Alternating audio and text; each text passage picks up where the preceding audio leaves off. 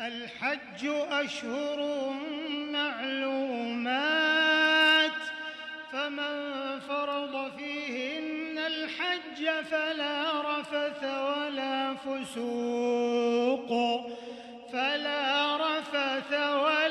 فسوق ولا جدال في الحج وما تفعلوا من خير يعلمه الله وتزودوا فإن خير الزاد التقوى.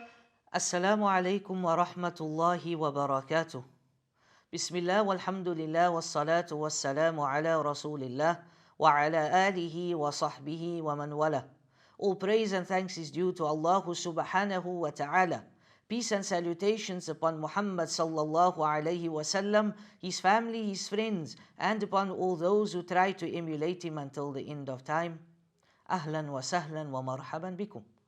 In today's video, bi'idhnillahi ta'ala, we will be speaking about the description of slaughtering or the description of Udhiyah. And the first point is that we as Muslims, when we slaughter, we treat the animal with utmost respect and we treat the animal well. The Prophet sallallahu alaihi wasallam, he informed us and he said that indeed Allah has prescribed ihsan, perfection and proficiency in all things. So if you kill, then kill well. And if you slaughter, then slaughter well. Let each one of you sharpen his blade and let him spare suffering to the animal that he slaughters. O slaves of Allah subhanahu wa ta'ala, my beloved brothers and sisters in Islam, if we look and we understand this hadith and we ponder on the words of Rasulullah sallallahu alayhi wasallam, then we will understand that this deen of Allah subhanahu wa ta'ala is complete. That Allah subhanahu wa ta'ala, through Muhammad sallallahu alayhi wasallam, he even explains and teaches us how to slaughter our sacrifice, how to slaughter our animals. Point number 2, regarding the method and form of slaughter, the sunnah is to differentiate in the method of slaughter between the camels, sheep and cattle. For a camel, the sunnah is that the slaughter is done by poking or stabbing the camel in the lower part of the neck towards the chest, in the hollow that is between the chest and the base of the neck. And this should be done whilst the camel is standing. As for cattle and sheep, then they are slaughtered lying on the side, and the slaughterer, the one that is doing the slaughter, will place his leg on the side of its neck to control it. And Anas radiyallahu an, he reported that Muhammad sallallahu alayhi wasallam sacrificed 2 horned rams, and I saw him placing his foot on their sides, mentioning the name of Allah and saying Allahu Akbar, and he slaughtered them with his own hand. This hadith is found in Bukhari and Muslim. Number 3, facing the animal in the direction of the Qibla at the time of slaughter. This is recommended. Number 4, mentioning the name of Allah subhanahu wa ta'ala.